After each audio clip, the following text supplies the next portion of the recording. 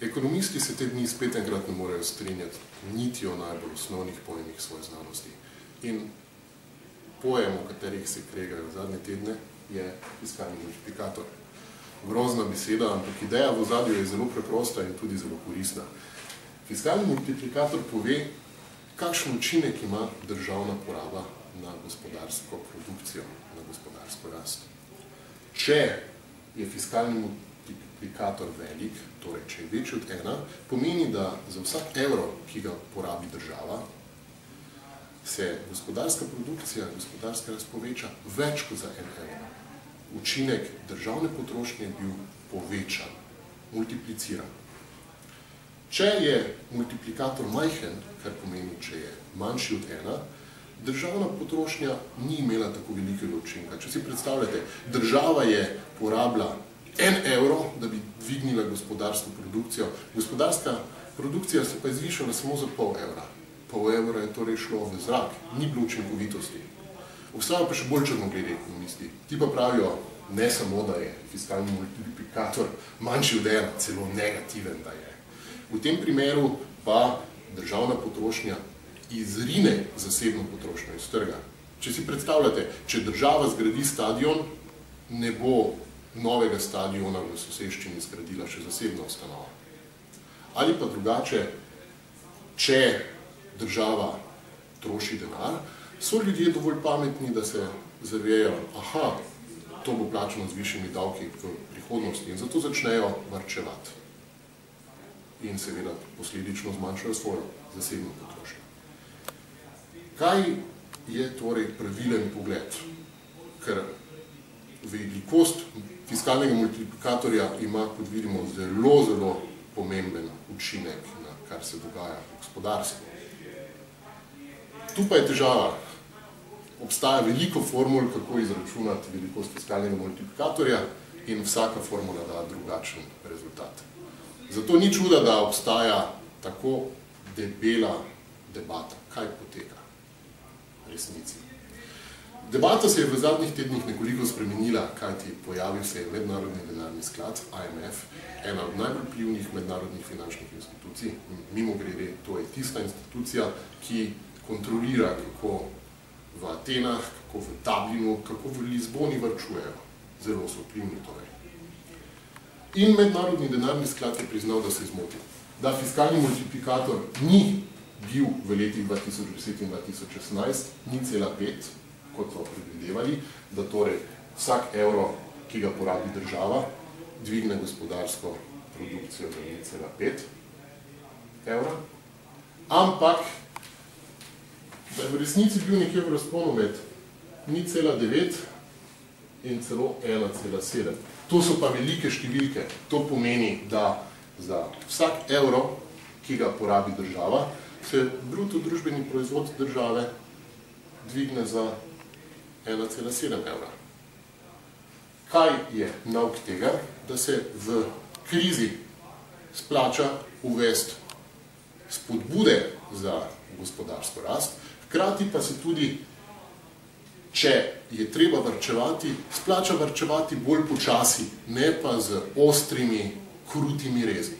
To izhaja iz te številke 1,7. Ampak zdaj se boste gotovo vprašali, kje pa smo v Sloveniji. Žal iz raziskave Mednarodnega denarnega sklada ne izhaja nič drugega, kot da je fiskalni multiplikator v Sloveniji najbrž višji od 1. Da torej varčevalni ukrepi države najbrž močno upočasnjujejo gospodarsko rast ali pa jo celo spuščajo v področje recesije. Kako pa deluje multiplikator? Kako se učinek potrošnje države pomnoži? To si lahko predstavljamo na enem zelo preprostem primeru. Predstavljajte si majhno vasico v gorah, ki je samozadostna, kar pomeni, da vaščani trgujejo samo med sabo in z nobenim drugim, izven te vasi. Recimo, da vaščan Aleš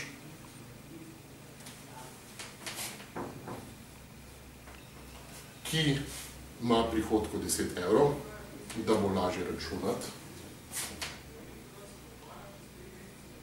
porabi 80% svojih prihodkov za potrošnjo. Kar pomeni, kot bi rekli ekonomisti, da je njegova mejna nagnjenost do potrošnje 80%. Pri komu porabi teh 8 evrov? Porabi jih pri gostilničarki Franji, ki ima točno teh 8 evrov prihodkov, ki jih je dal Aleš.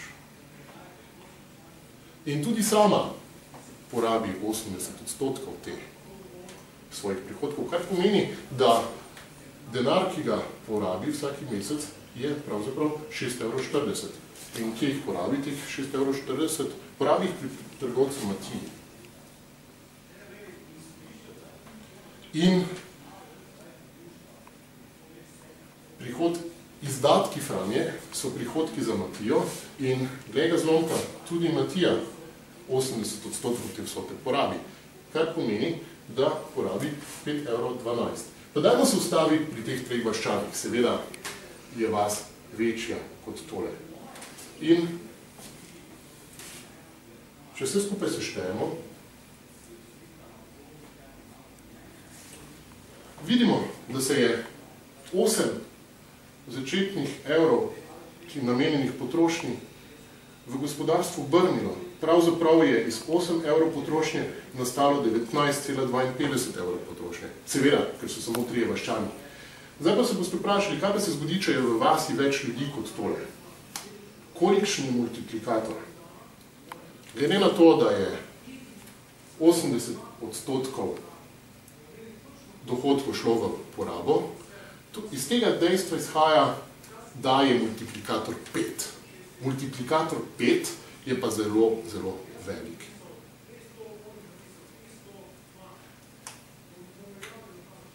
Seveda pa, če je gospodarstvo odprto, če recimo Aleš kupi avto pri Hansu, Franja dopustuje v Dalmaciji pri Franju, Matija pa kupuje špagete pri Giuseppiju, pa multiplikator pade.